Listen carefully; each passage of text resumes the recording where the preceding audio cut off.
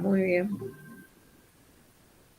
Bueno, Es- les decía, hola, les decía que en la última partecita que leyó José Luis, en la última reunión que tuvimos, eh, Kierkegaard nombra a Salomón cuando dice, vete a la hormiga y hazte sabio, y en contraposición el Evangelio afirma, vete al pájaro y al lirio y aprende silencio.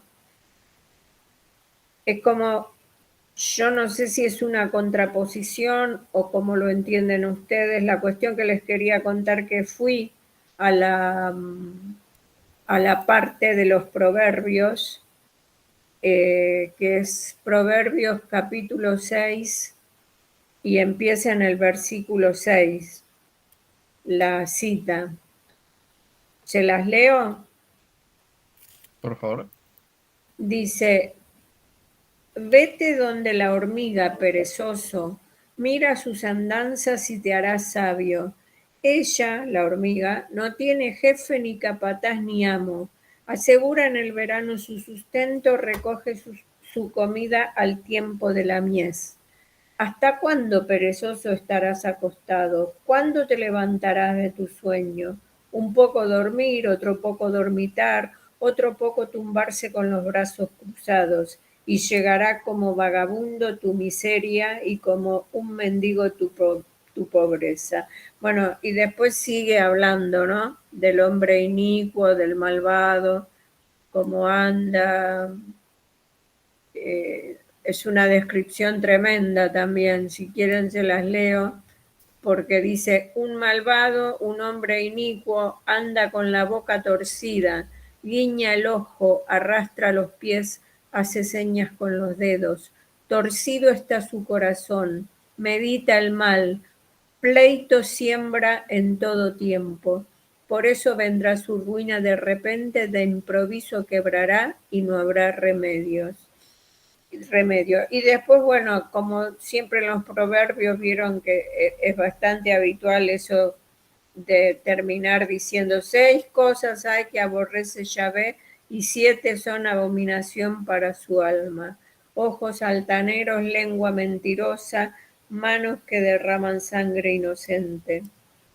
Corazón que fragua planes perversos, pies que ligeros corren hacia el mal, testigo falso que profiere calumnias y el que siembra pleitos entre los hermanos.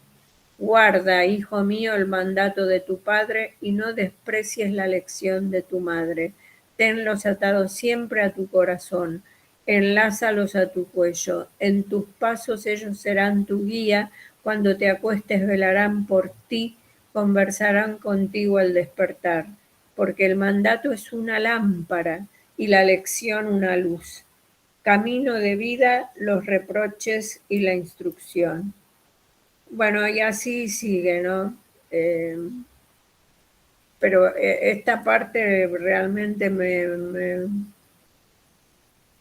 llamó la atención porque parecería como un poco como que se contrapone lo que dice Salomón en los proverbios y lo que dice el Evangelio, ¿no?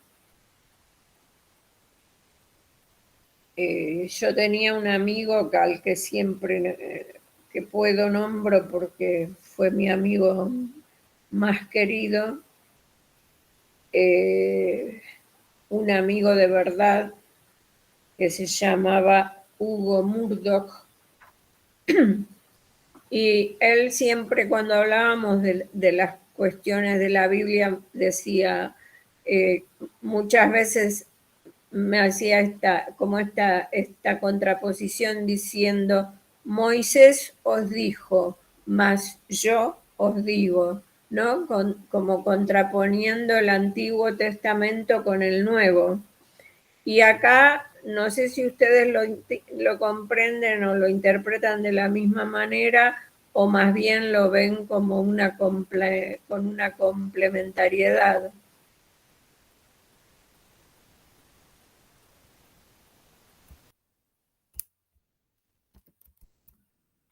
Sí. Bueno, a mí en lo personal me parece que sí hay un poco de, de- de oposición en el sentido de la laboriosidad de la hormiga, que no me parece que sea como un tema que exalte Kierkegaard a través del lirio del campo y el pájaro del cielo. No he sentido la laboriosidad como algo que es, vaya, como todo esto que está por hacer. En un momento dado creo que, por decirlo, comillas enormes, por decirlo de alguna manera, en el Nuevo Testamento, ya habiendo, pues sí, ya con Jesús de por medio, con el Cristo, ya no hay que hacer porque, digamos, ya lo ha hecho el Mesías o ya lo hará. Bueno, ya lo ha hecho. Y en ese sentido, creo que, creo que sería esa la distinción, porque en las partes previas que hemos visto, sobre todo en la sección previa de las preocupaciones del pagano, Kierkegaard hacía varias referencias a esta separación, a esta, eh, pues sí, a este aspecto de no preocuparse por el mañana, de no estar en esta dinámica vuelta tan fuerte, por decirlo de alguna manera, hacia el mundo.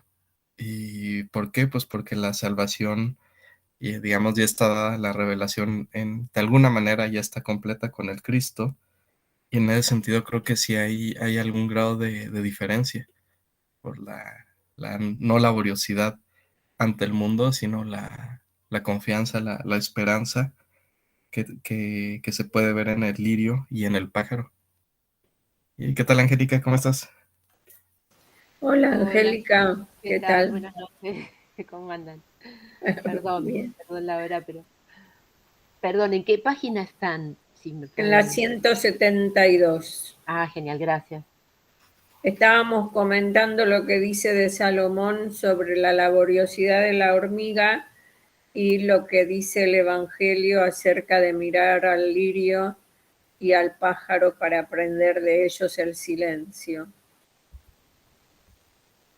Entonces estábamos pensando si eso era más bien una oposición o algo complementario. Y bueno, quedamos en que es bastante, marca bastante la oposición, porque como bien dijo José Luis, ya Cristo llegó, entonces Él es el pan de vida, ¿no? Él es el pan de la vida, ya no tienen que esperar a que les llueva maná del cielo, como en el Antiguo Testamento.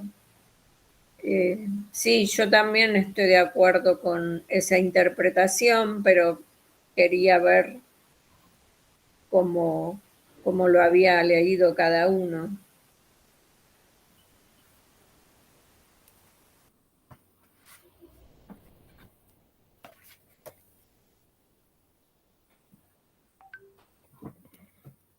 Que de todos modos lo de la laboriosidad de la hormiga, ¿no? En ese sentido yo pensaba en la complementariedad, porque por las cosas que dice Proverbios 6:6, Angélica, después lo buscás, yo lo leí hace un ratito, o Sí. cuando escuches la grabación, Ujú.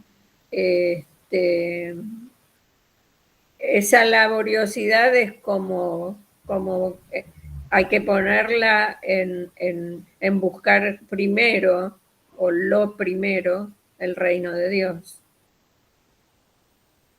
Como Marta y María, viene por ese lado. ¿Cómo qué? Como la parábola de Marta y María, algo así. No se me había ocurrido, Ujú. pero podría ser, sí, sí, sí, podría ser. Ay, perdón, porque yo recién me estoy, estoy No, ubicando. está Sí, sí. bien. Se me ocurrió así, pero perdón porque por ahí digo una barbaridad. No, pero sí tiene mucho sentido. Claro, claro, tiene todo el sentido, sí, sí, sí. Bueno, creo que podemos empezar ya con la lectura donde habíamos quedado. Ok. Segundo.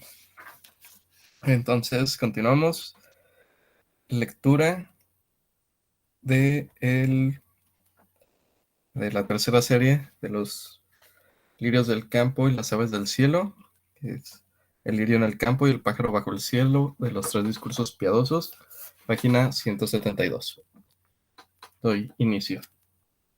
Buscad primero el reino de Dios y su justicia, pero la expresión de que se busca primero el reino de Dios es cabalmente el silencio, un silencio como el del lirio y el del pájaro. Estos buscan el reino de Dios, absolutamente ninguna otra cosa. Todo lo demás se les da por añadidura.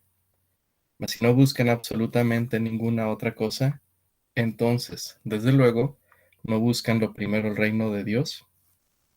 En este caso, ¿a qué se debe el que el Evangelio diga buscad primeramente el reino de Dios, como si diese a entender que después había otras cosas que buscar, cuando por otra parte es evidente que la opinión evangélica consiste en que el reino de Dios es lo único que hay que buscar? Ello se debe a que es innegable que el reino de Dios solo puede buscarse haciéndolo en primer lugar. Quien no busca lo primero el reino de Dios, no lo busca en absoluto. Además, se debe a que la capacidad de buscar algo incluye en sí misma la posibilidad de buscar otra cosa distinta. Y por esta razón el Evangelio, que de seguro hasta nueva orden es algo extraño al hombre, y éste en consecuencia también puede buscar otra cosa, afirma: debes buscar primero el reino de Dios. Y finalmente, ello se debe a que el Evangelio condesciende suave y amablemente con el hombre, le habla como a un niño para entusiasmarle con lo bueno. Porque si el Evangelio le dijera al hombre, sin circunloquios, debes buscar sola y exclusivamente el reino de Dios, esto le parecería al hombre exigir demasiado, y medio impaciente, medio angustiado y atemorizado, se echaría para atrás. Pero el Evangelio no hace eso, sino que se pone un poco a su altura. Ahí está el hombre con sus muchos asuntos delante, en plural búsqueda. Entonces el Evangelio le dirige la palabra, diciéndole: buscad primero el reino de Dios. Y el hombre piensa: está bien, puesto que se me permite buscar otra cosa, empecemos por buscar el reino de Dios. Y el Evangelio sabe muy bien que si empieza tan de veras a buscar primeramente el reino de Dios, pronto el hombre se encontrará inevitablemente tan satisfecho y saciado con esa búsqueda que olvidará por completo buscar otra cosa, que ni siquiera se le pasará por el deseo el buscarla, con lo que en definitiva será verdad que solo y exclusivamente busque el reino de Dios.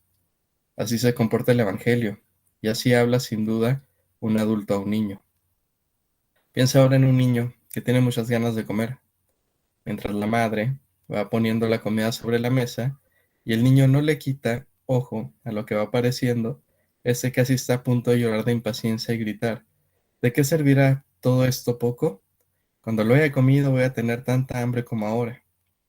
Quizás se impaciente tanto el niño que ni siquiera se decida a empezar a comer, porque todo esto poco apenas es para un diente.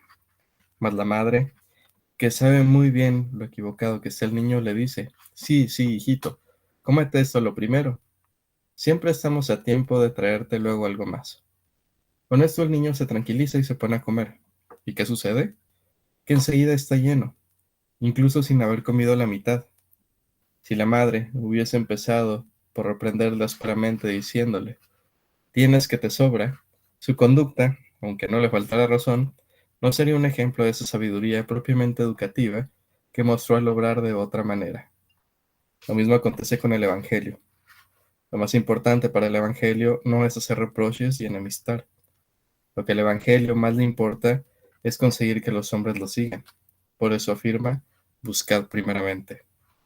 Con ello, por así decirlo, tapa la boca a todas las objeciones del hombre, lo trae al silencio, consigue que realmente comience primero con esa búsqueda. Y esa búsqueda sacia al hombre de tal manera que en definitiva es verdad que solo busca y exclusivamente el reino de Dios.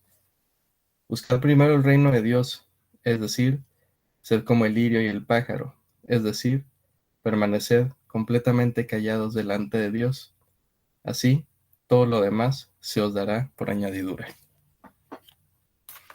Y bueno, en esa parte concluimos esta primera parte del discurso.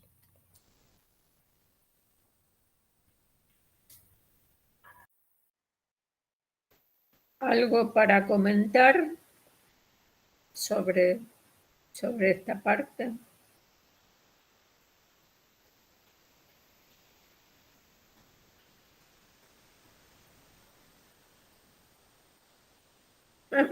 A mí me resulta, ¿cómo decir? Medio humorístico, ¿no? Que diga, que compare con el ejemplo de la madre con el hijo. Porque es así, ¿no? Es tal cual lo describe. Si la madre le dijera al niño, tenés de sobra, el niño pondría el grito en el cielo y diría, no me va a alcanzar, pero esa manera de tranquilizar, ¿no? Primero come esto, que después siempre hay tiempo para que puedas comer más. Y un poco es eso lo que nos está diciendo acá. Buscad primero el reino de Dios, como si hubiera otra cosa para buscar, como para tranquilizarnos, ¿no? Primero buscad eso, total. Después siempre hay tiempo para buscar las otras cosas. Fíjense que me gustó esto que dice, ahí está el hombre con sus muchos asuntos delante, en plural búsqueda. ¿Mm? En plural búsqueda, cuando en realidad la búsqueda es una sola. Busca primero el reino de Dios. Pero bueno, lo puede decir así el Evangelio porque evidentemente el que primero busca el reino de Dios sabe que si realmente se dedica con toda su alma, con toda su fuerza y con todo su corazón a esa búsqueda, difícilmente se ocupe de otras búsquedas. Pero porque además lo demás se le da por añadidura, de manera que ni siquiera tiene que buscarla, ¿no? Tiene que buscarlas esas otras cosas, porque de hecho, si busca las otras cosas, se enreda en esas otras cosas y finalmente nunca va a buscar lo primero que es el reino de Dios. Creo que ese es el sentido de este fragmento final del capítulo este.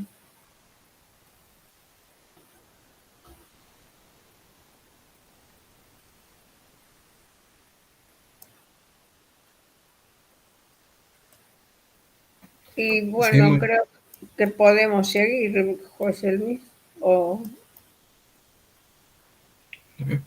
sí, muy de acuerdo. Nada más quería comentar que esto en alguna manera me recuerda mucho la crítica de Johannes de Silencio en Temor y Temblor, que señala de cómo tendemos a dar por hecho. Pues sí, que dice, dan por hecho la fe, dan por hecho que han superado la duda, dan por hecho, etcétera. Y lo que se trata es de detenerse, y entonces aquí me gusta, bueno, me hace la referencia Kierkegaard a ese texto seudónimo, y lo que plantea es, bueno, y digamos, la manera de detenerse es precisamente guardando silencio, aspecto que se me hace muy significativo porque la manera en que pasamos, digamos, ya sea de la fe o de la duda metódica o de la ignorancia, etcétera, los que hace referencia a Johannes de Silencio, es precisamente porque hablamos y suponemos que al decirlo ya lo logramos. Ahora sí que como si fuera magia. Al decirlo ya está dado, ¿no? Y aquí Kierkegaard, por el contrario, dice, no, de lo que se trata es de guardar silencio. En el silencio se hace la búsqueda y precisamente en el silencio se sabe que no se ha completado esa tarea a cabalidad. Entonces, quería señalar ese aspecto únicamente. Efectivamente, sí. Tener sed, dijiste, José. Tener fe. Ay, porque en algún momento interpreté tener sed y fue como un juego de palabras, ¿no? Porque tener sed es seguir deseando, ¿no? Un poco lo del chico, como un gancho, como un anzuelo. No sé, me fui por ese lado, perdón, interpreté eso. No, yo entendí que dijiste tener fe, que uno, que Johannes de Silentio muchas veces dice que uno da por sabido que diciendo que tiene fe ya la tiene, cuando en realidad tener fe es un trabajo de toda la vida, es algo que no se da de una vez para siempre. Sin embargo, hay personas, incluso filósofos, que dicen que se puede ir más allá de la fe, que se puede superar la fe cuando ni siquiera podemos llegar a la fe. Creo que esa era creo que eso es lo que dijo José Luis, ¿no? Claro, claro, yo lo interpreté por el lado de un estado de apertura y de necesidad y de, bueno, de estar abierto. Sería el estadio previo, quizás. Sí, ya está. Gracias. Sí, sí, no, sí era por tener fe, pero de cualquier manera muy grata mi falla de dicción para que se interpretara de ese modo, porque tiene mucho sentido. Muy bien, entonces, ¿continúo con la lectura? Muy bien, Sí, sí, sí. perfecto. Segundo apartado, nadie puede servir a dos señores. Nadie puede servir a dos señores, pues, o bien aborreciendo al uno, amará al otro, o bien adhiriéndose al uno, menospreciará al otro.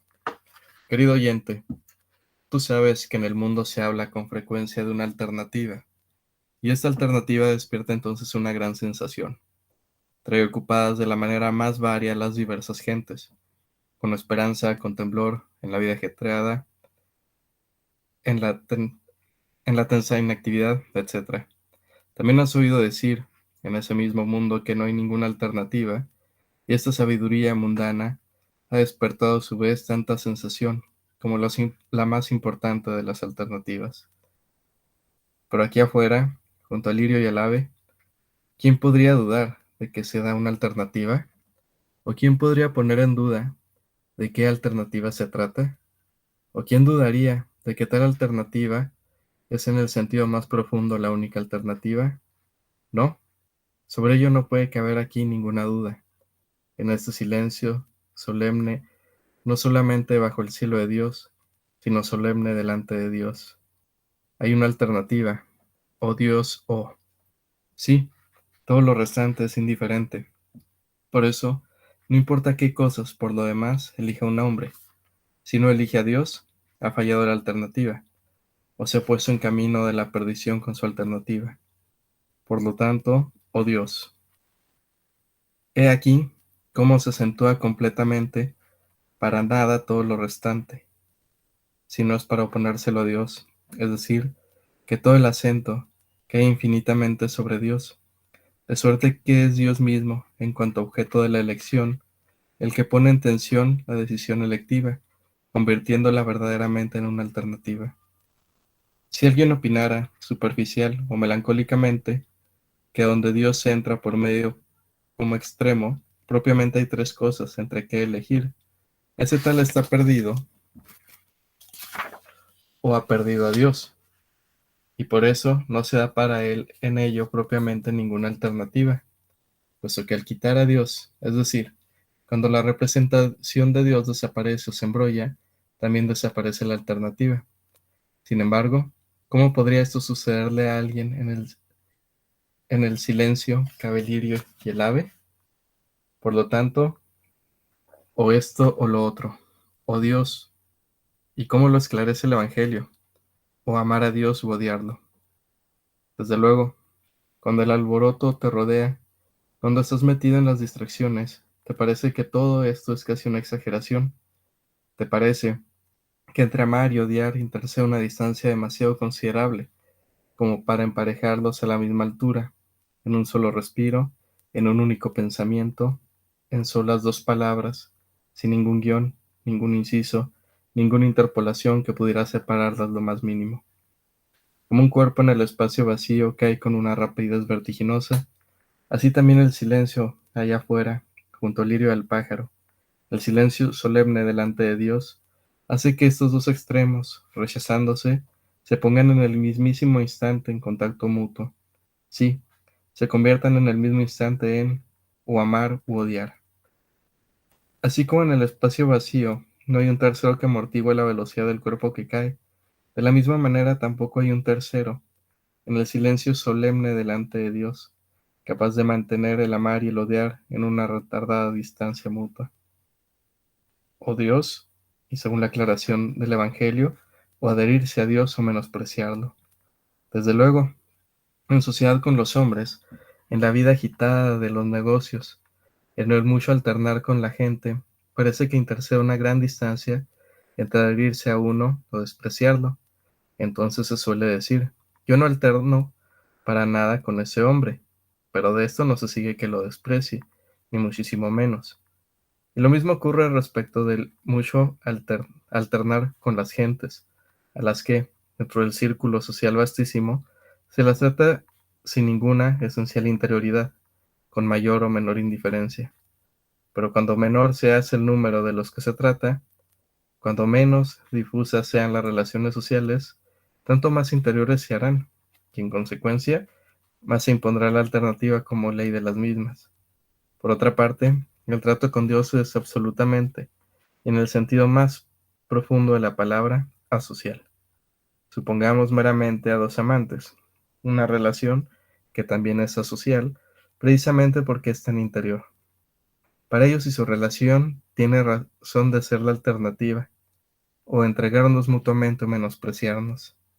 Y así, en el silencio delante de Dios, junto al lirio y al pájaro, donde obviamente no hay nadie presente, donde consiguientemente no existe para ti otro trato que el que mantengas con Dios, ahí desde luego entra en vigor la alternativa, o herirte a Él o menospreciarlo. Ahí no hay ninguna disculpa, ya que ningún otro está presente, y en todo caso nadie hay presente de tal manera que puedas herirte a Él sin despreciar a Dios, pues ahí cabalmente, en el silencio, es clarísimo cuán cerca está Dios de ti. Los dos amantes están tan cerca mutuamente que el uno, mientras vive el otro, no puede, sin despreciarlo, adherirse a un tercero.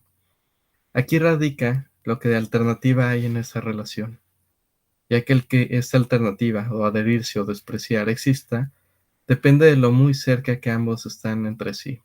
Pero Dios, que indudablemente es inmortal, está todavía más cercano a ti, infinitamente más cercano que lo están entre sí los dos amantes.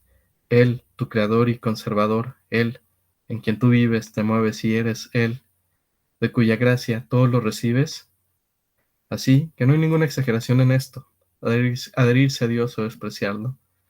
Esto no es como cuando un hombre, por una cosa de poca monta, establece una alternativa. Un hombre de quien por eso mismo decimos con razón que es de cortas luces. No es esto lo que pasa aquí. De una parte, porque Dios es Dios. De la otra, ah, un segundo, reinicio. De una parte, porque Dios es Dios. De la otra, porque Él no establece una alternativa respecto de una cosa de poca monta. Por ejemplo, una rosa o un tulipán.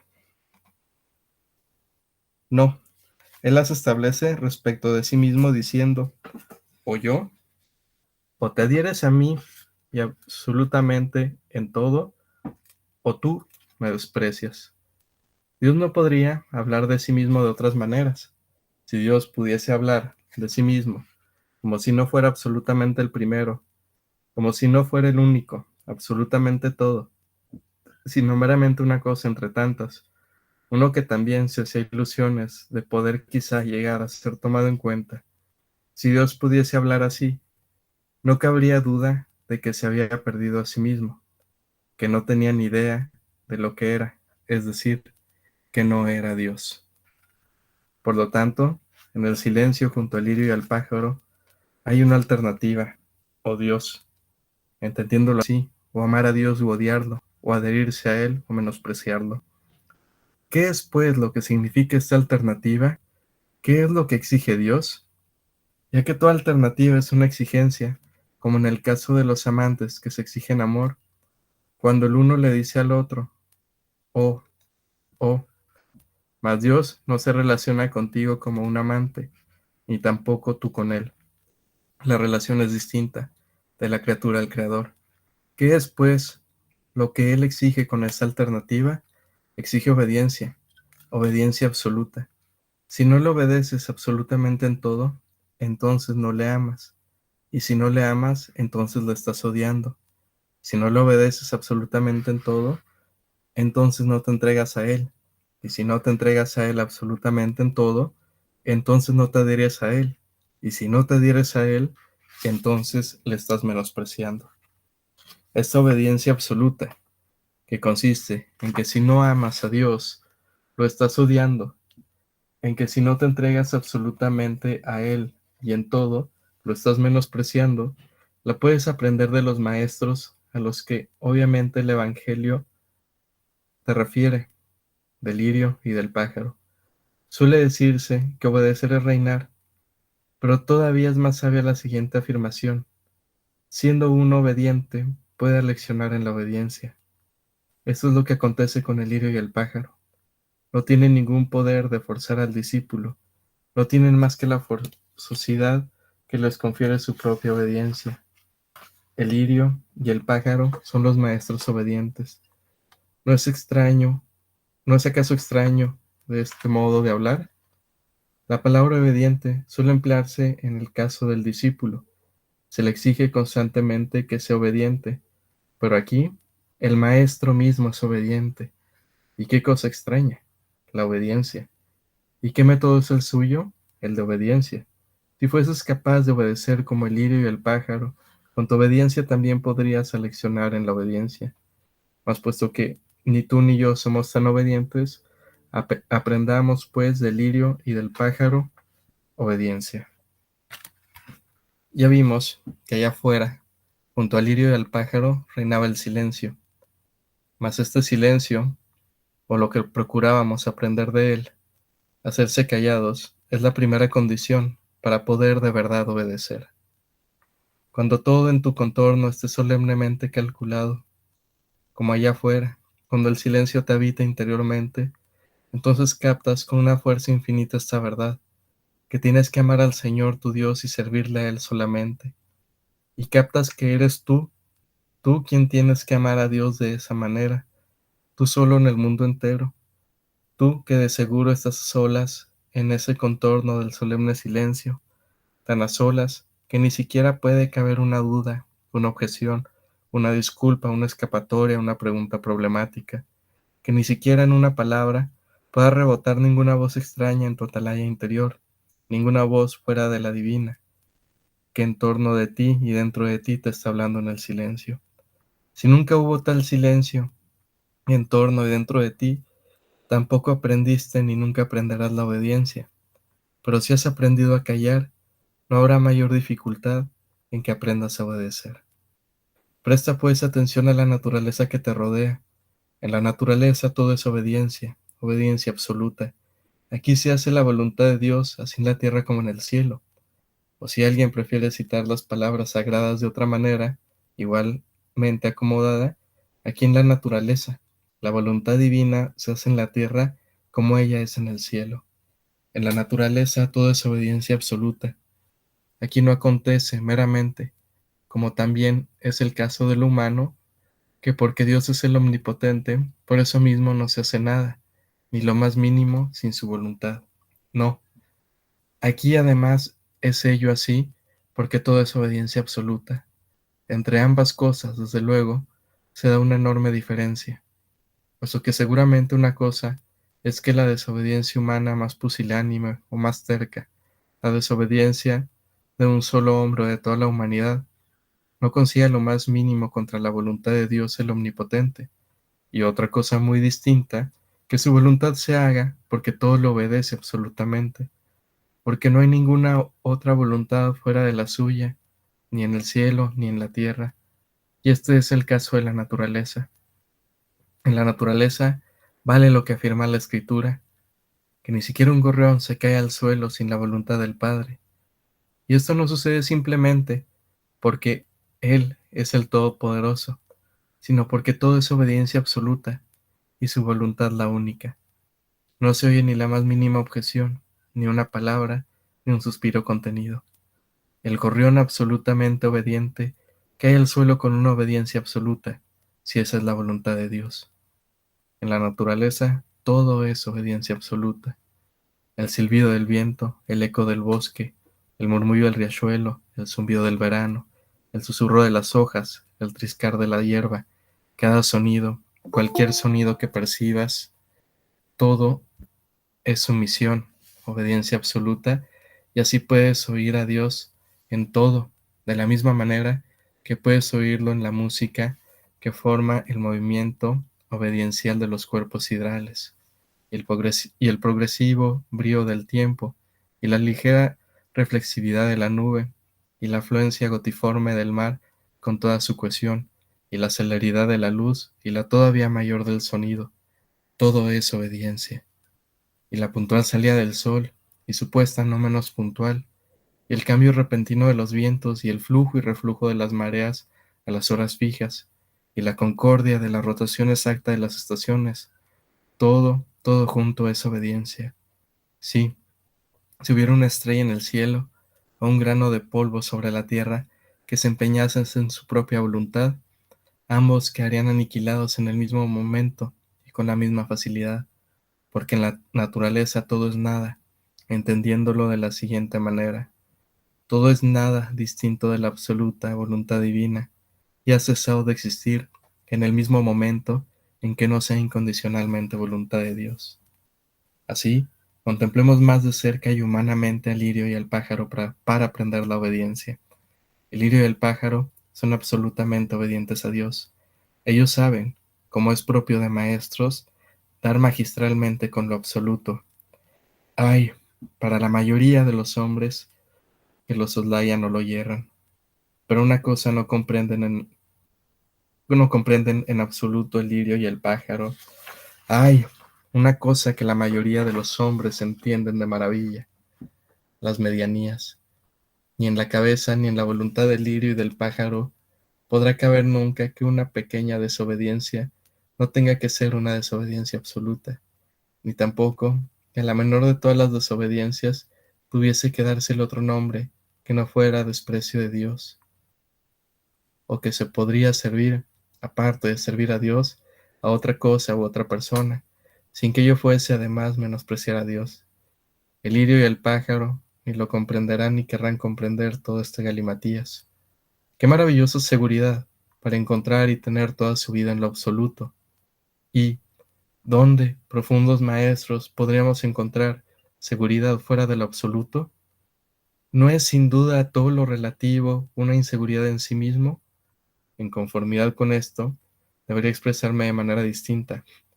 No tendría que admirar la seguridad con que aquellos se encuentran en lo absoluto, sino que más bien debería decir: cabalmente es lo absoluto lo que les da esa seguridad digna de admiración, que los hace maestros en la obediencia, pues el lirio y el pájaro son absolutamente obedientes a Dios, son tan sencillos y tan sublimes en la obediencia, que creen que todo lo que acontece es absolutamente la voluntad divina, y que ellos no tienen otra cosa que hacer en el mundo, sino es la de cumplir absolutamente obedientes la voluntad de Dios, absolutamente obedientes conformarse con la divina voluntad. Bueno, pues hacemos aquí una pausa en la lectura. Sí, porque te vas a quedar sin aliento, José Luis. Sí, algo así, sí estuvo largo el tirón. Hola Aleida, hola Luis, ¿cómo están? Hola, saludos, gracias. Buenas tardes. Buenas tardes a todos. Disfrutando Gracias de la por lectura. estar. No sé si llegaron tarde o si pudieron. Llegué algo tarde, pero de todos modos quería unirme. Sí, creo que Está llegué bien, tarde. está bien.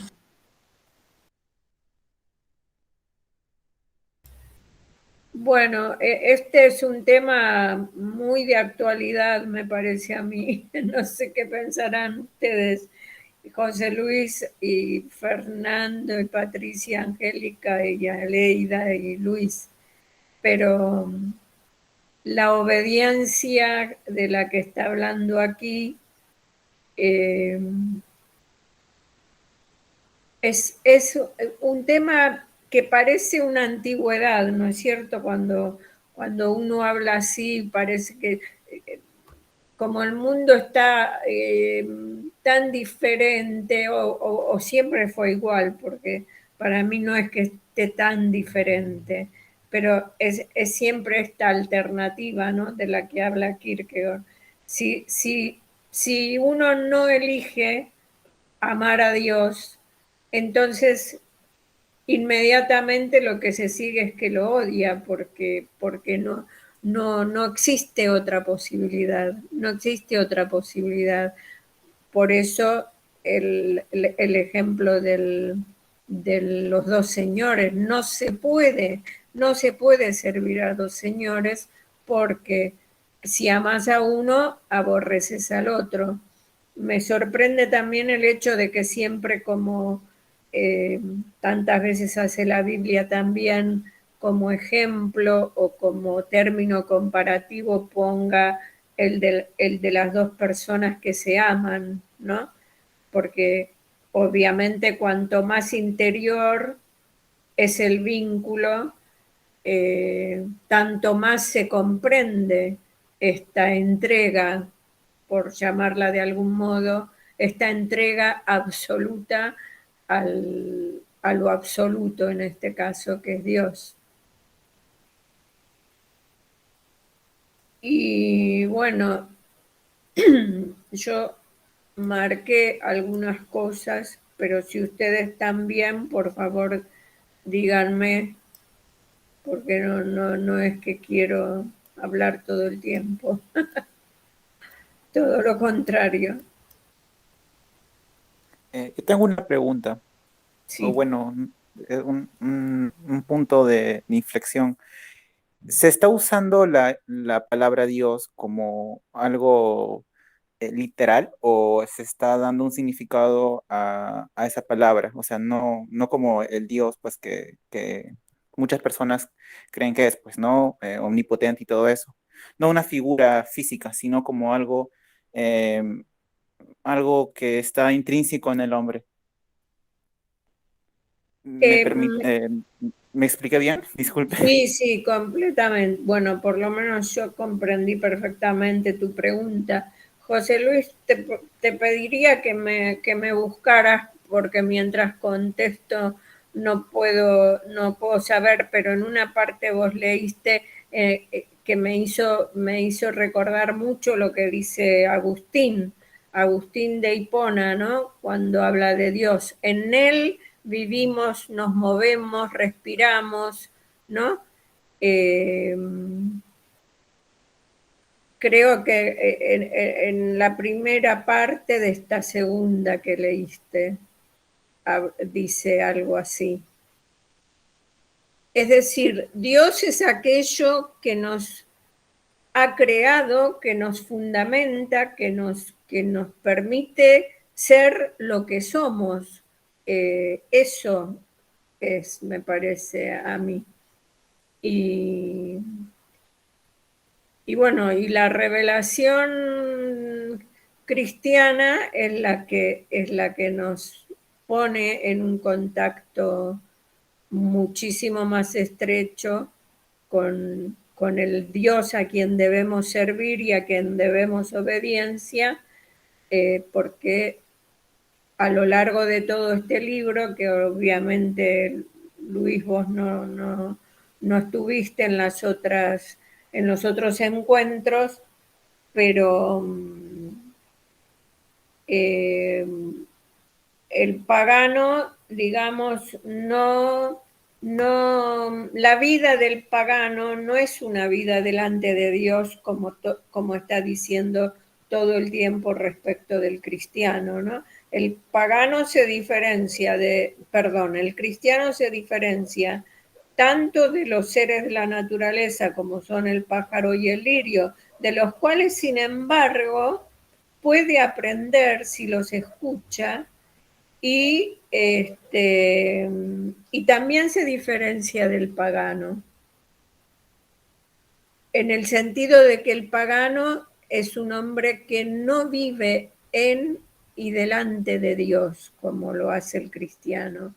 El pájaro y el lirio sí, porque la naturaleza, como dice acá, nos enseña la obediencia. Nada, ni un pajarito cae sin la voluntad de Dios. Y todo el universo, digamos, porque ahí está hablando también de las estrellas y del universo entero, que eso también me recordó a Heráclito, ¿no? Que como que todo en el universo se mueve según medida y según una ley y según un logos. Si lo podés leer, José Luis, porque no lo estoy buscando. Estoy mirando la pantalla donde estamos todos. Ok. Si es en la página 177, 11ª línea al final, dice: Él, tu creador y conservador, Él, en quien tú vives, te mueves y eres, Él, de cuya gracia todo lo recibes. Ahí está, de cuya gracia todo lo recibes. O sea, si no hubiese Dios, ¿cómo podríamos nosotros estar en este mundo, puesto que no nos damos a nosotros mismos el ser, si querés decirlo más filosóficamente, ¿no? Nosotros no nos damos a nosotros mismos el ser. Por lo tanto, podemos decir esto, lo mismo que el pájaro y el lirio comprenden sin necesidad de ninguna explicación, mientras que nosotros los seres humanos todo el tiempo estamos como preguntando y pidiendo explicaciones acerca de Dios, cuando en realidad es lo más evidente de toda evidencia. Por eso creo que lo vimos en otra reunión pasada, lo de hacerse como un niño, ¿no? Hacerse como un niño, que no quiere decir ser infantil ni ninguna de esas cosas. Hacerse como un niño en el sentido de tener confianza, así como el niño tiene la confianza en sus padres, nosotros tenemos que tener la confianza en nuestro Padre, que es el que nos ha creado y en el cual vivimos y nos ha dado el ser y se ocupa de nosotros todo el tiempo, porque si no, ni siquiera existiríamos.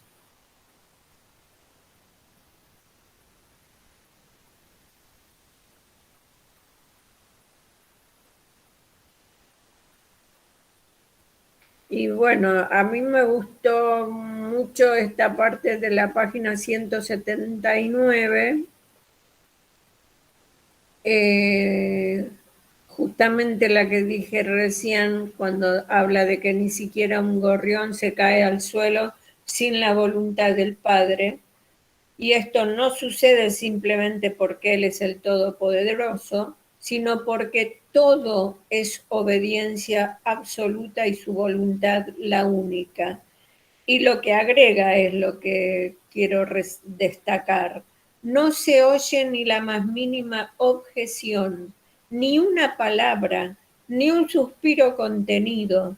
El gorrión, absolutamente obediente, cae al suelo con una obediencia absoluta si esa es la voluntad de Dios.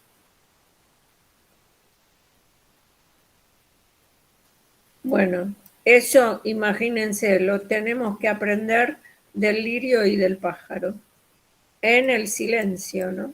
En el silencio, que por otra parte está llena de sonidos ese silencio.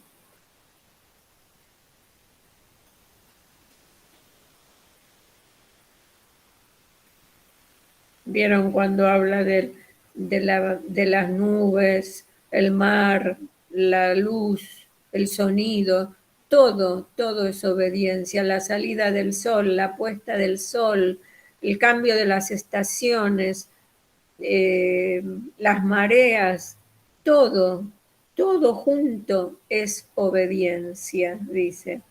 Obediencia, que recordemos que también obediencia en la etimología latina es ob audire, origen que por supuesto Kierkegaard sabía perfectamente, que quiere decir obedecer, ¿no? Audire quiere decir, perdón, ob audire, obedecer, significa eso, oír, escuchar, oír la voz de Dios, escucharla. No es una obediencia, ¿cómo puedo decir? Obligada, impuesta al estilo dictatorial. No es un dictador ni un tirano, Dios. Solamente si escuchas y haces su voluntad, hay obediencia. Y por supuesto no existe obediencia cuando existe la violencia o bueno, esos fundamentalismos tan actuales, ¿no? Tan actuales y de todos los tiempos desde ya. Nunca quiero yo hacer tanta diferencia entre el mundo que vivimos y el mundo que fue, porque el mundo siempre fue mundo y cada época tuvo sus tragedias, sus dramas, sus pesares.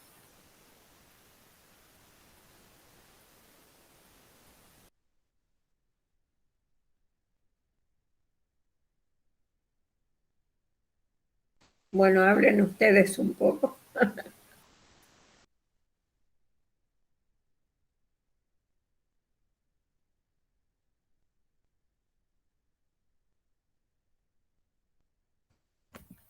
Sí. Bueno, también en ese sentido me gustan las referencias de aquí como un tanto veladas, pero pues muy presentes la cuestión que habla aquí Kierkegaard de la alternativa de la disyuntiva. Hay una parte en o lo uno o lo otro precisamente, que pues bueno, también se traduce en el español como la alternativa, y es ¿cómo se llama? Pues vaya, es uno de los aforismos, y siempre lo he tenido como muy en mente. Déjenme aquí lo ubico rápidamente, porque precisamente, ¿no? Siento yo, da mucho cuenta de cómo Kierkegaard asoma el sentido religioso de su escritura pues desde un inicio.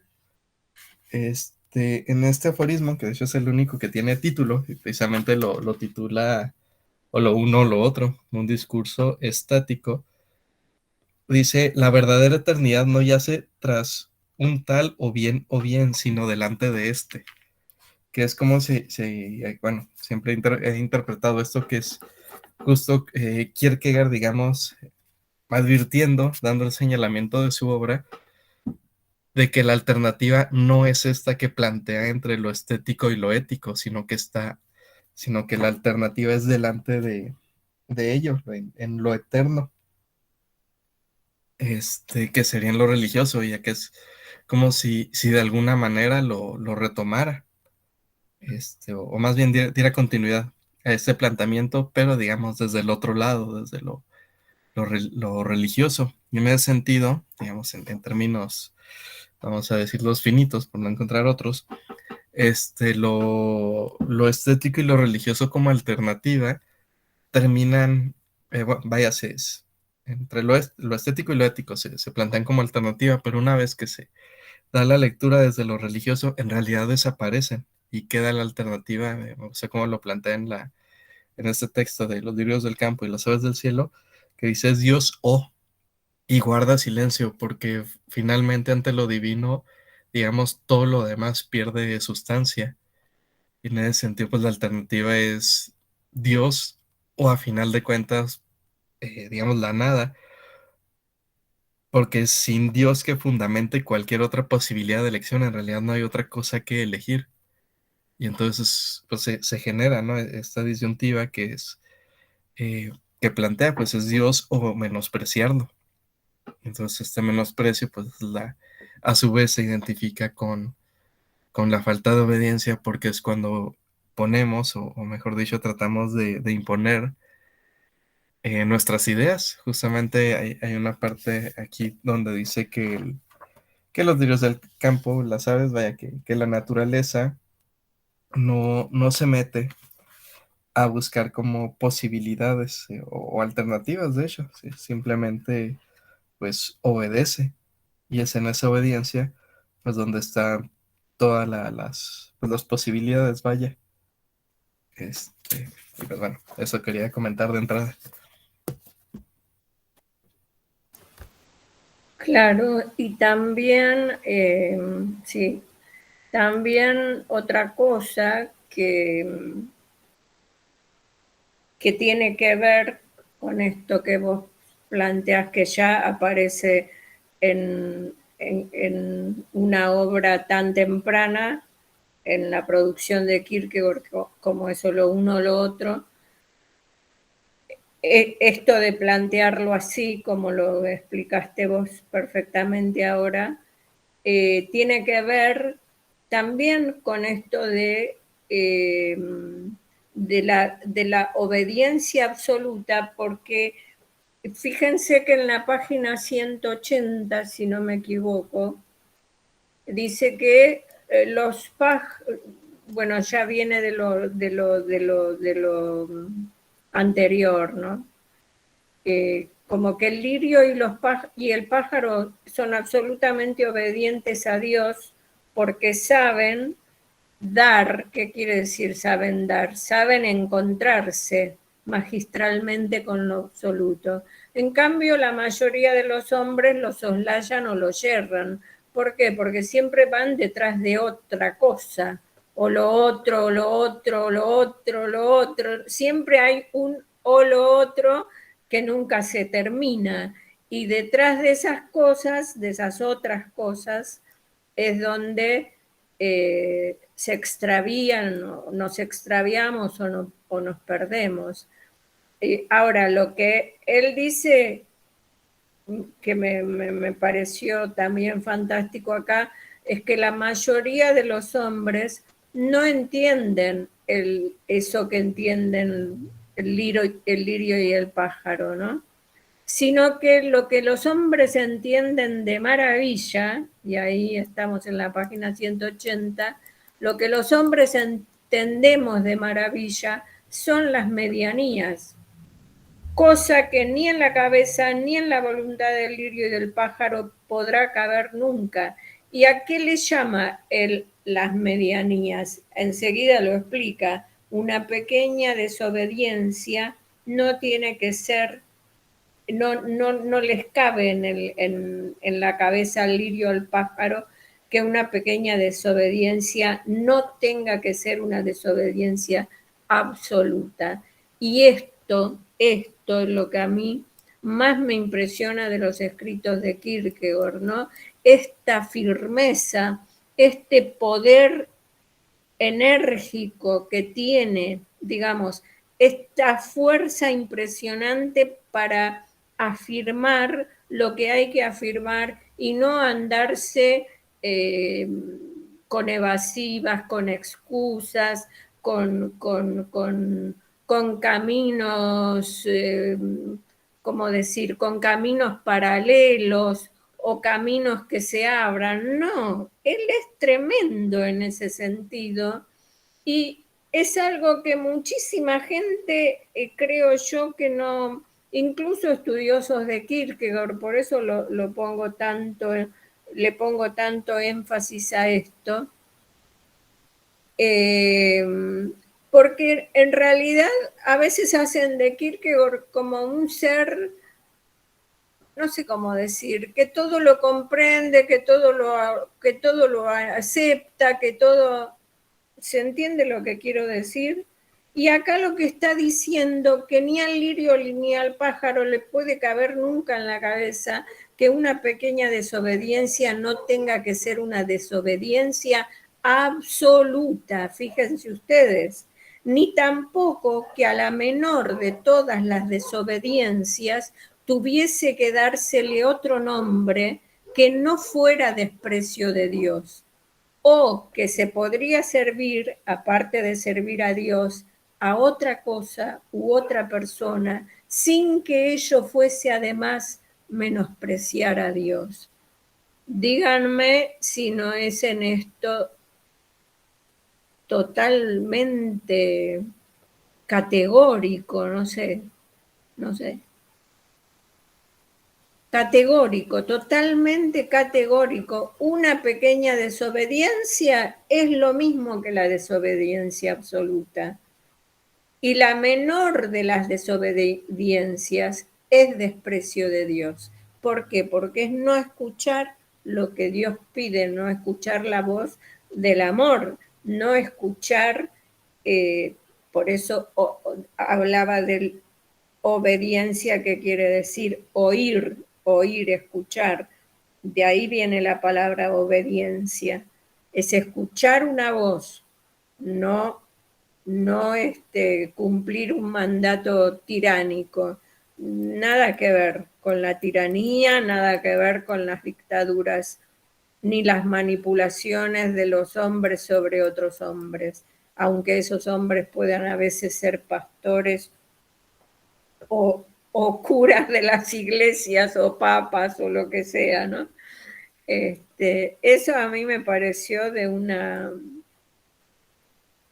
una riqueza insólita, porque pocos, creo yo, se animan a decir estas cosas con esa claridad y de un modo tan categórico como él lo hace. No sé qué piensan ustedes.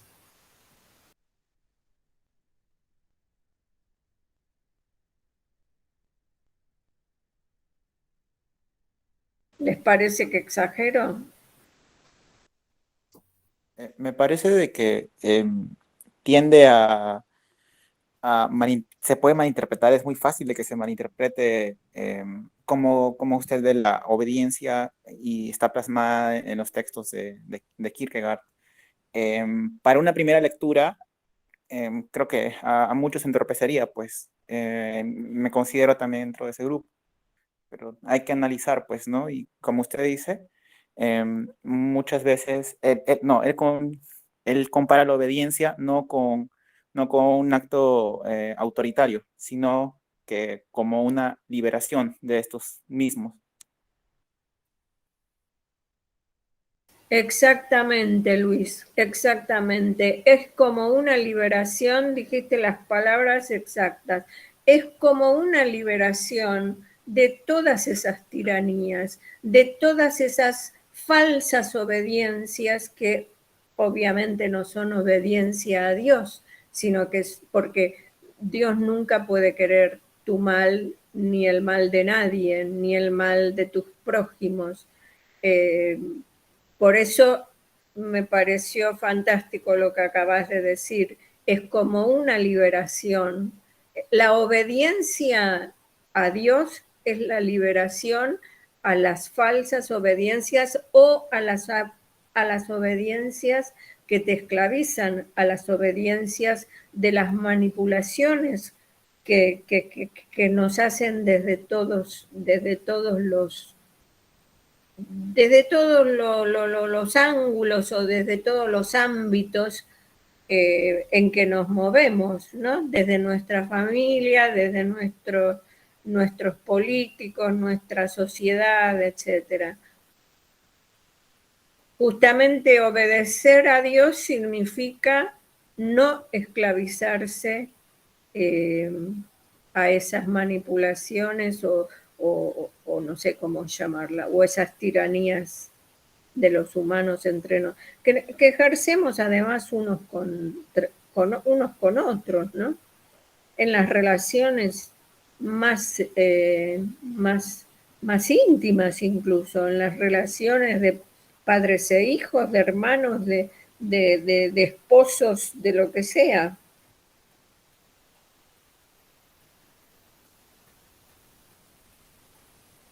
Tengo una pregunta para usted.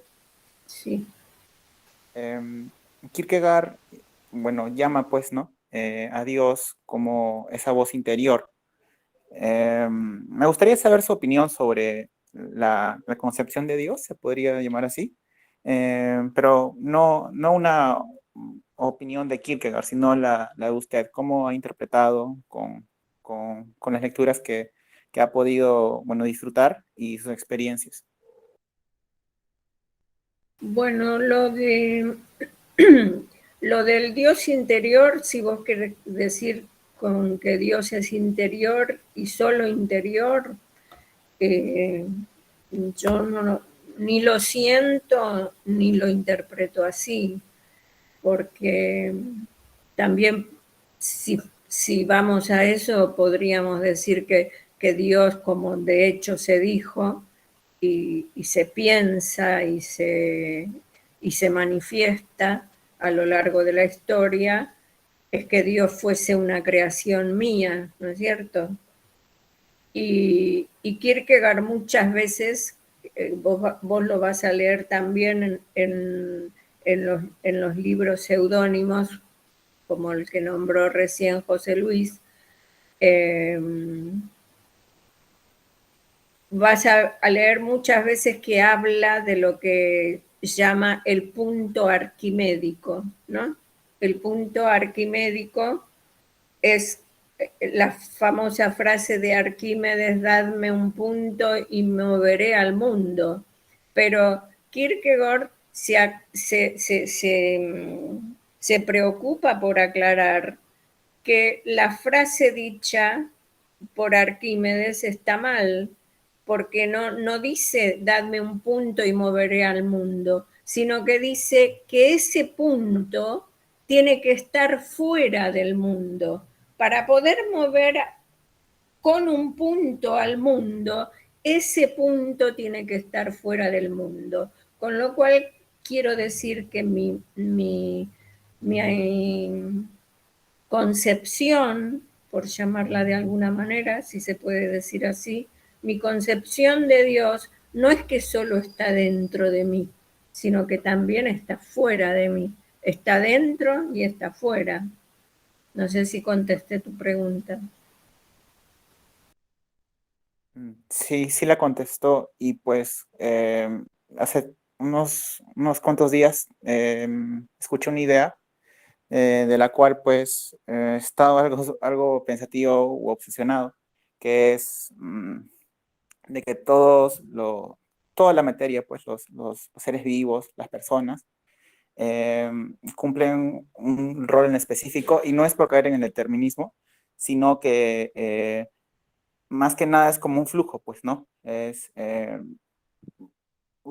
Bueno, los textos mencionaron, pues, ¿no? Al gorrión que cumple con obediencia, pues, todos los actos de Dios. Y del mismo modo, bueno, las personas lo hacían, pues, ¿no? Antes de que en un momento de la historia desarrollaran el raciocinio. Eh, y, pero se perdió, pues, ¿no? Con el tiempo, cuando se crearon otras eh, múltiples conexiones neuronales y dieron, pues, a la razón. Mi punto es de que interpreto esta voz interior como todo lo que nos podría unir, pero que a la vez no nos no somos capaces de verlo, porque estamos muy centrados en nuestro mundo individual y no en la verdadera realidad, sino nuestra realidad. Algo así, tengo entendido que interpreta Kierkegaard la voz interior. Sí, bueno, sí, José Luis me ayuda. Yo creo que el tema de la subjetividad es un tema muy controvertido en Kierkegaard. Pero bueno, no quiero tomar todo el tiempo la palabra porque si bien obviamente tiene un papel central porque uno de los conceptos fundamentales que no sé si lo escuchaste o lo has leído alguna vez es el de la reduplicación, que significa que mi existencia tiene que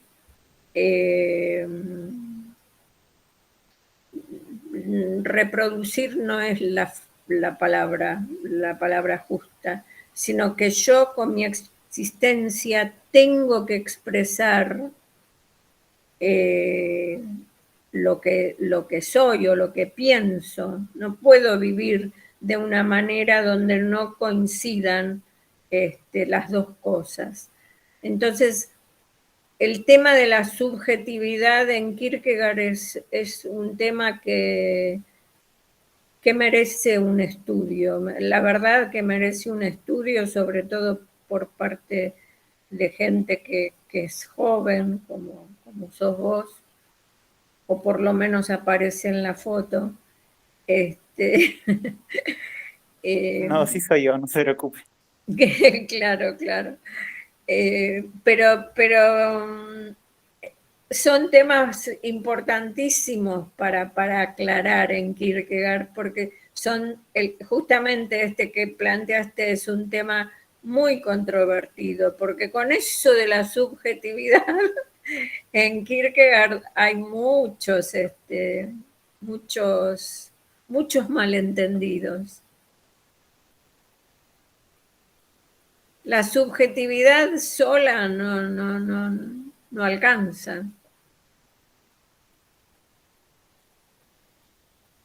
Desde luego que el ser subjetivo es el que es consciente, es consciente de sí, consciente de la realidad, pero vos fijate cómo nos habla de lo que nos enseñan el lirio y los pájaros. El lirio no tiene conciencia, el pájaro la verdad que no lo sé, pero por lo menos no tiene conciencia reflexiva. Sin embargo, tienen cosas para enseñarnos y no son subjetivos ni el lirio ni el pájaro. Por eso creo que eso está bastante mal maltratado separadamente, ¿no? Maltratado, tratado mal. Eh, a ver qué dice Patricia. En el chat, ¿por qué no hablas, Patricia? Así me dejas descansar mi garganta.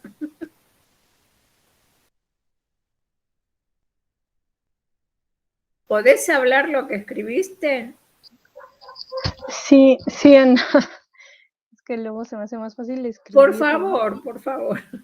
En la página 184, no sé si va a colación con lo que están comentando, pero me parece muy interesante cómo va marcando este Dios, ¿no? Este Dios de la paciencia, que es Dios de la consolación, más por eso no deja de ser una cosa seria, tremendamente seria, el que la desobediencia humana tenga la culpa de que Dios sea Dios de la paciencia.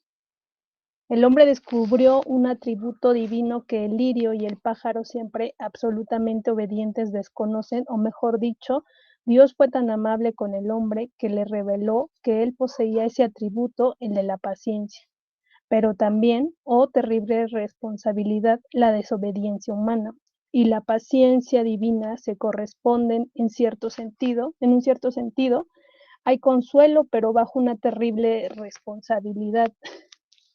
El hombre debe saber que aunque todos los hombres le abandonarán, incluso aunque él mismo estuviera a punto de abandonarse, debe saber con todo que Dios es Dios de la paciencia, ¿no? O sea, me parece como muy, no sé, como muy, no sé si fuerte o muy intenso este Dios piadoso que plantea Kierkegaard, y que a su vez es un Dios que nosotros tenemos que ser responsables hacia la actitud con él, ¿no? Hacia esta fe y esta obediencia que planteaba en el texto, ¿no? Como ante esta obediencia y ante esta fe nos queda el silencio nuevamente, ¿no? O sea, es muy interesante cómo lo va marcando ahí. Me agrada mucho y pues sí, me quedo ahí como pensando cómo hizo esta analogía también del matrimonio, ¿no? Esto del amor-odio, cómo debernos ante a la persona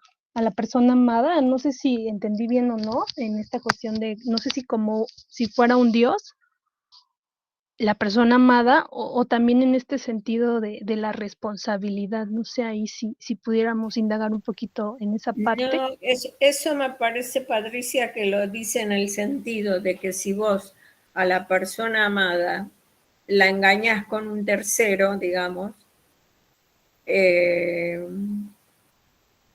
le estás faltando, digamos, no. Lo que era amor en el sentido más íntimo y más interiorizado, se convierte en qué? En algo que no significa nada, porque entonces te da lo mismo cualquier otro, digamos. Ese amor al amado no era amor verdadero, si podés reemplazarlo por un tercero. Creo que en ese sentido lo dice, porque es la analogía que hace entre si amas a uno, aborreces al otro. Es así. No cabe, digamos, el tercero en este tipo de relación. Creo que fue una analogía. Después, desde ya que la relación con Dios es muy diferente a la de los amantes.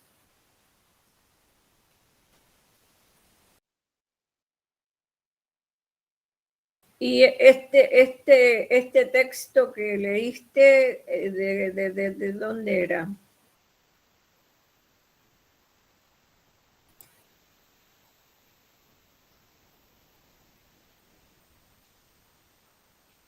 Patricia.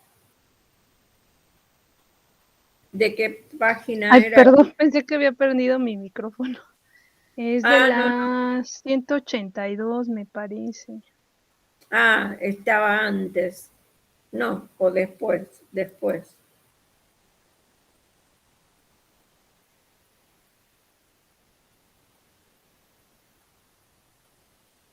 Claro, es algo que todavía no había leído José Luis, ¿no es cierto?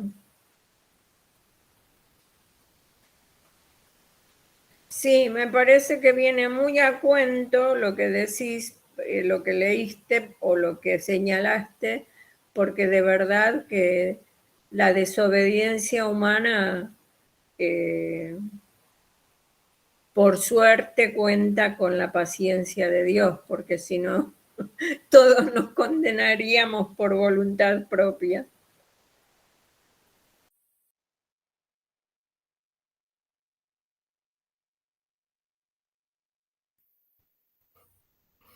Sí.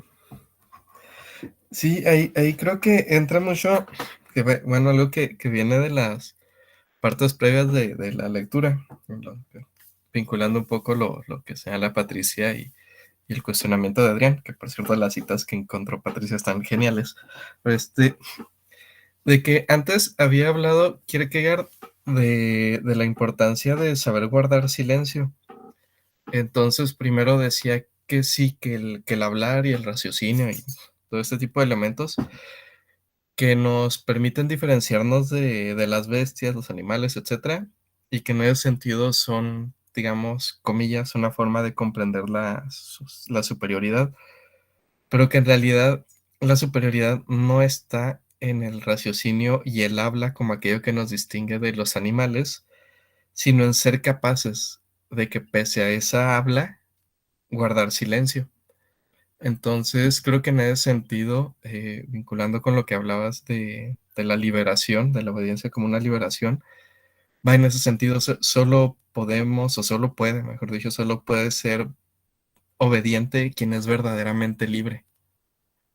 Y en ese sentido, respecto a la subjetividad, no es como el trabajo, digamos, moderno, por decirlo de alguna manera, o romántico, de construir la subjetividad como se construye una obra de arte, sino el hecho de que teniendo esas posibilidades de construir, de llegar a construirse, de elaborarse y demás, la verdadera liberación es cuando uno, así como pudiendo hablar, guarda silencio, como una vez que pudiéndose construirse, se libera de ello, y entonces en ese silencio viene la posibilidad de la obediencia como una subjetividad que aparece por esa interpelación de Dios.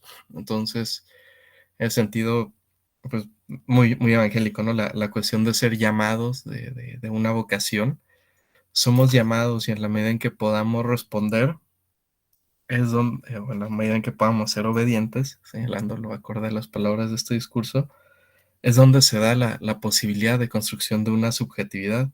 Pero para eso, y aquí me remito a lo que citaba de lo uno o lo otro, se trata de justamente de tomar la conciencia de las posibilidades humanas, tanto como sería el hablar, como de la construcción de la subjetividad, que en este caso podríamos leerlo al modo de corte ilustrado, que sería en función de la razón, una razón que tiende a lo general, el raciocinio, etcétera, o vinculado al estadio ético o al modo romántico a partir de las pasiones.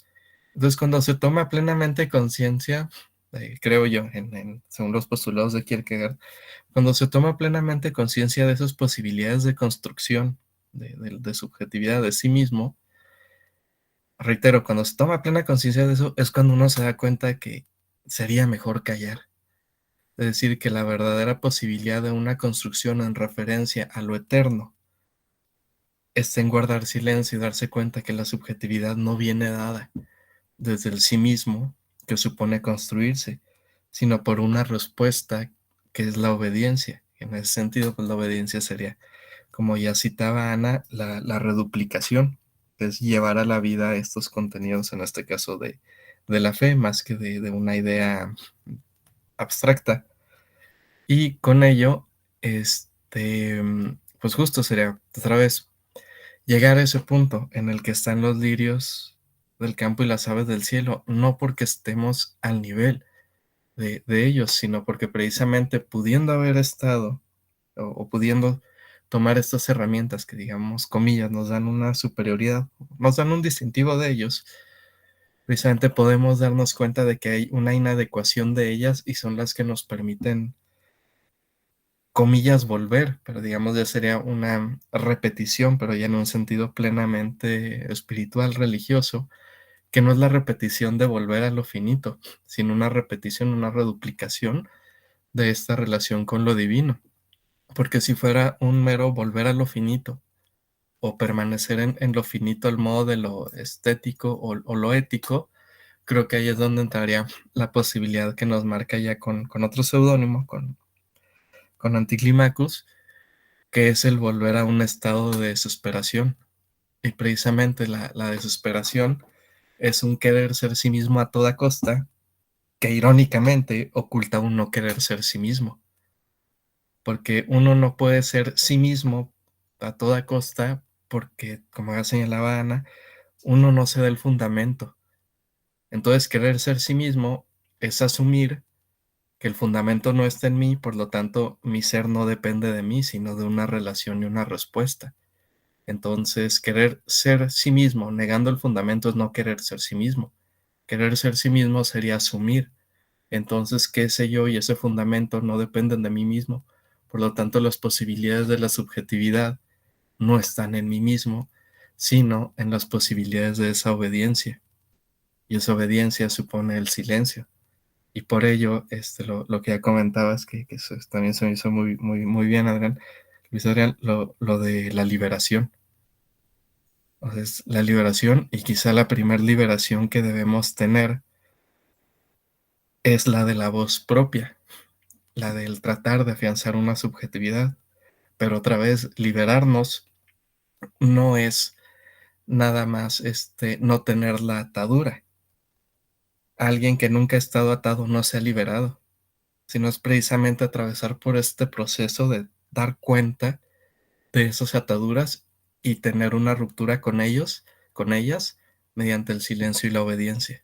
Entonces es cuando se da la liberación, o podremos decir cuando se acepta la liberación, en términos ya pues completamente religiosos, sería pues la aceptación de la salvación, que no estamos en condiciones de salvarnos a nosotros mismos, puesto que nuestro ser no depende de nosotros mismos. Pues creo que también podría ser por ahí un poquito, ¿no? Y cómo ello nos genera otras formas de pensar la subjetividad, pensar nuestra propia subjetividad, que no están fundamentadas en expresarse a sí mismo o en afirmarse a sí mismo, digamos, hasta la muerte. Hay por ahí una frase muy padre de Bataille, que es justamente que así dice eso de afirmarse a sí mismo hasta en la muerte. Aquí Kierkegaard dice, no, pues es que de entrada no podemos afirmarnos a nosotros mismos en ningún momento, salvo de un modo desesperado. Entonces se crean como dos formas o dos vías, dos posibilidades de la subjetividad, y en ese sentido podríamos decir dos patos o dos setos que están atravesados, y uno de los distintivos de los mismos es justamente el silencio. Un silencio, y aquí es importante, que no es sordera. Kierkegaard critica mucho el absurdo como absurdus, como estar sordo a lo otro, y lo critica porque no perdón, porque es común estar sordo voluntario. Estoy sordo porque no escucho a nadie fuera de mí. Otra vez, que es el trasfondo de muy buena parte de la filosofía de corte moderno. Yo puedo validar mi condición de sujeto, es, digamos, una paráfrasis del cogito ergo sum. Y acá no, acá es, entonces justo, ¿no? Esa sordera no se quiere. Lo que dice Kierkegaard es el silencio, porque el silencio, al contrario de la sordera, da la apertura a la escucha, y la respuesta sería la obediencia, y es entonces cuando se da la liberación, que pues sí, resulta muy paradójica. Así es Kierkegaard, y así es el cristianismo de Kierkegaard, pues muy paradójica, de que la verdadera obediencia solo se da siendo verdaderamente libre, y solo en la verdadera libertad hay obediencia. Entonces creo que iría por ahí mi participación. Bueno, creo que mejor dicho, imposible. Mejor dicho, imposible. Creo que están todos de acuerdo conmigo, ¿no? Clarísimo, clarísimo. Así que siendo en Buenos Aires, sí, bravo José Luis, tal cual, Patricia. En Buenos Aires son las 10 menos 20 de la noche. Creo que con estas palabras de José Luis estamos enriquecidos, digamos, para ponerle, mira, qué tempranito que es en Chihuahua, quiero irme a vivir a Chihuahua yo.